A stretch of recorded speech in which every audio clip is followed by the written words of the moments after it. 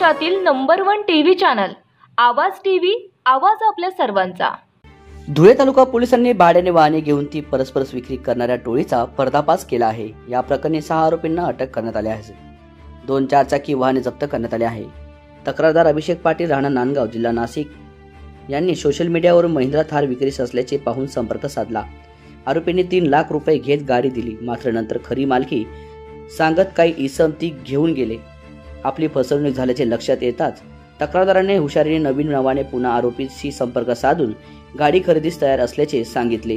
7 February रोजी शिरूड चौफुली येथे आरोपी आले असता नागरिकांच्या मदतीने त्यांना पकडून पोलिसांच्या ताब्यात देण्यात आले आहे।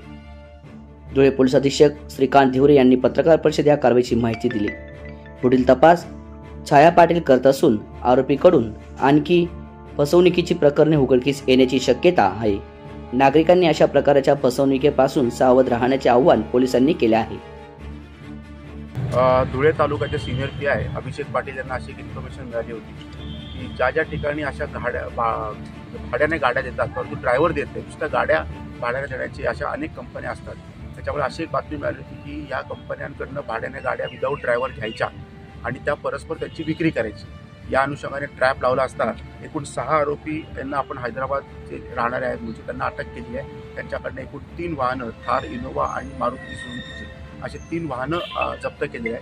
त्याच्यामध्ये तपासामध्ये आता अजून निष्पन्न होईल की यांनी किती लोकांना या प्रकारे फसवलेलं आहे आणि किती वाहनं यांनी परस्पर विक्री केलेली आहे। रोजच्या ताज्या घडामोडींसाठी आवाज टीव्हीला सबस्क्राईब करा आणि बेल आयकॉन प्रेस करा।